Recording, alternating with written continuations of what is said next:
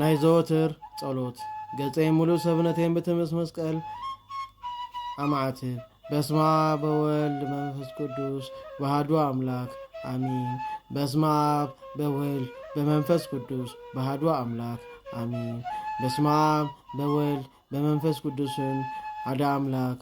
አሜን። በቅድስት ሥላሴ እናመንኩና ተማጸንኩና ቅድመ ዘአደይ ዝኾነት ቅድስት ቤተ ክርስቲያን ሰይጣን ይክደካ ኣለኹም ንሳውና ዘዓለም ጸገይ ምስክረይ ዝኾነት ማርያምያ አሜን።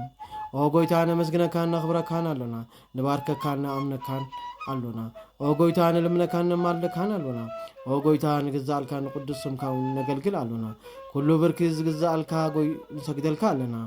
ናይ ኩሉ ልሳኑን ዝግዛእልካ ጎይታ ንግዛእልካ ኣሎና ናይ አማልክቲ አምላኽ ንስኻ ኢኻ ናይ ጎይቶት ጎይታ ናይ ነገሥታት ንጉስ ንስኻ ኢኻ ናይ ኩሉ ስጋን ናይ ኩሉ ነፍስን አምላኽ ንስኻ ኢኻ ቅዱስ ወድኻ ንሳቱም ክጽልዩ ከለኹም ከም ዝበሉ እናበለ ከም ዝመሃረና ከምዚና ንጽዋዓካ ኣለና። ኣብ ሰማያት ትነብር ኣቦና ስምካ ይቀደስ መንግሥትኻ ትምጻእ ፍቃድካ ከምቲ ኣብ ሰማይ ከምኡውን ኣብ ምድሪ ይኹን ናይ ዕለት እንጀራና ሎሚ ሃበና ንሕና ንዝበደሉና በደሎም ከም ንሓድገሎም በደልና ሓደገና ካብ ክፉ ኣድሕነና እምበር ኣብ ፈተና ኣይተእትወና መንግሥትን ሓይልን ክብርን ናትካ እሞ አሜን። ኦ እግዝእትየ ማርያም ብናይ ቅዱስ ገብርኤል መልአክ ሰላምታ ሰላም እብለኪ ብሕልናኺ ድንግል ኢኺ ብስጋኺ እውን ድንግል ኢኺ ኣደ እግዚአብሔር ጎይታ ሰራዊት ሰላም እብለኪ ኣለኹ ንስኺ ካብ ኣንስቲ ብርክቲ ኢኺ ፍረ ከርስኹን ብሩኽ እዩ ኦ ምልዕተ ጸጋ እግዚአብሔር ምሳኺ እዩ ኦ ፍስሕቲ ደስ ዝበልኪ ኃጢአትና ክስርየልና ናብ ፍቁር ወድኺ ኢየሱስ ክርስቶስ ጸሊኺ ምንታና ምሕረት ለምነና። ናይ ሃይማኖት ጸሎት ኩሉ ዝሓዘ ሰማይ ምድርን ዝረአን ዘይረአን ብተፈጠረ ብሓደ አምላክ እግዚአብሔር አብ ንኣምን ብሓደ ጎይታ ብኢየሱስ ክርስቶስ ዓለም ከይተፈጠረ ምስ ሁሉ ብዝኾነ ወልድ ወሓድ እውን ንኣምን ካብ ብርሃን ተረኸበ ብርሃን ካብ ሓቀኛ አምላክ ተረኸበ ሓቀኛ አምላክ ተወለደ እምበር ዘይተፈጠረ ብመለኮቱ ምሳብ ማዕረ ዝኾነ ኩሉ ዝተፈጠረ ብዘይኩ ግና ኣብዚ ምድሪ ዘሎ ይኹን ወይስ ኣብ ሰማይ ዘሎ ይኹን ዋላ ሓደ ዝተፈጠረ የልቦን ምንታና ምንቲ ሰብ ምንቲ መድኃኒና ካብ ሰማይ ዝወረደ ብመንፈስ ቅዱስ ካብ ቅድስት ድንግል ማርያም ስጋ ለቢሱ ሰብ ኮነ ሰብ ኮይኑ ድማ ብዘመነ ጴንጤኖስ ጲላጦስ ምንታና ተሰቀለ መከራ መስቀል ተቀበለ ሞተ ተቀብረ ኣብ ቅዱሳት መጽሓፍ ተጻሒፉ ከም ዘሎ ድማ ኣብ ሳልሳይ መዓልቲ ካብ ሞታን ተፈልዩ ተንስአ ብምስጋናን ብክብርን ኣብ ሰማያት ዓረገ ኣብ የማናይ ኣቦኡ ተቐመጠ ከም ብሓድሽ ድማ ንሕያውያን ንሙታንን ክፈርድ ብክብሪ መጽእ እዩ መንግሥታቱን መወዳእታ የብሉን ጎይታ መሕወይን ብዝኾነ ካብ ኣብ ብሰረጸ ብመንፈስ ቅዱስን ንኣምን ምስ ኣብን ወልድን ንሰግደሉን ነመስግኖን ንሱ ድማ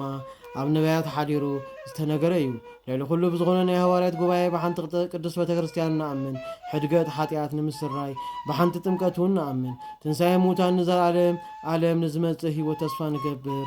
አሜን። ቅዱስ ቅዱስ ቅዱስ እግዚአብሔር ጻቦት ጎይታ ሰራዊት ናይ ጎይትነትካ ምስጋና ፈጺሙ ሰማይ ምድርን ዝመልእ እዩ ኦ ክርስቶስ መጺኻ ድሒንካና ኢኻ እሞ ምስ መሓርን ሰማያዊን ኣቦኻ መሕወይ ዝኾነ ቅዱስ መንፈስካ ንሰግደልካ ኣሎና ንኣብ ንሰግድ ንወልድ ንሰግድ ንመንፈስ ቅዱስ ንሰግድ ሓን ስግደት ንሰግድ ንኣብ ንሰግድ ንወልድ ንሰግድ ንመንፈስ ቅዱስ ንሰግድ ሓን ስግደት ንሰግድ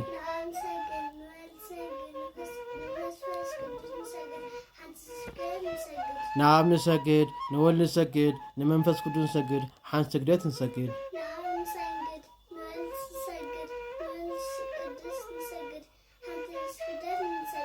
ሓደን ከለው ሰለስተ ሰለስተን ከለው ሓደ ዝኾኑ በአካላ ሰለስተ በመለኮት ሓደ እዮም አምላክ ንተወለደ ብስጋን ሕሊናን ነፍስን ንጽሕትን ዝኾነት እመቤትና ድንግል ማርያም ንሰግድ ብክቡር ደሙ ዓለም ንምድሓን ዝተቀደሰ መስቀል ጎይታና ኢየሱስ ክርስቶስ ንሰግድ መስቀል ሓይልና እዩ መስቀል ጽንዓትና እዩ መስቀል ቤዛዊና እዩ መስቀል መድሓን ነፍስና እዩ አይሁድ ከሓድዎ ንሕና ኣመናዮ እቶም ዝኣመና ብሓይሉ መስቀሉ ድሓና ምስጋናና ምስጋና ንወልድ ምስጋና መንፈስ ቅዱስ ይኹን ምስጋናና ምስጋና ንወልድ ምስጋና መንፈስ ቅዱስ ይኹን ምስጋናና ምስጋና ንወልድ ምስጋና መንፈስ ቅዱስ ይኹን ምስጋና ንእመቤትና ማርያም ድንግል ወላዲተ አምላክ ይኹን ምስጋና ንመስቀል ጎይታና ኢየሱስ ክርስቶስ ይኹን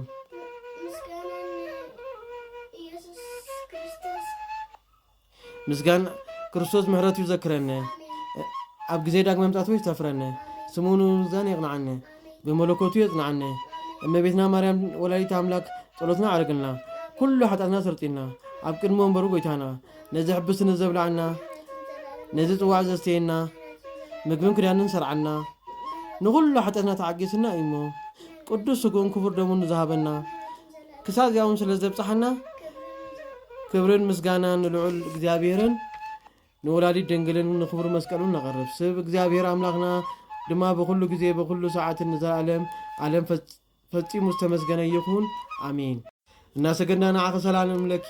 ወኣዴና ማርያም ካብ ሃዳናይ ኣራዊት ክትድሕልና ንልምነኪ ናባኽሊ ምህፀን ምንታይ ኣዴኻና ናብ ቦኺ ያቄምን ማሕበርና ሎም ድንግል ባርኺ ጸሎት እመቤትና ማርያም ነፍሰኒ እግዚአብሔር ተዕብዮ መንፈሰይ ከዓ በአምላኺ ቤት መድኃኒ ባህብላ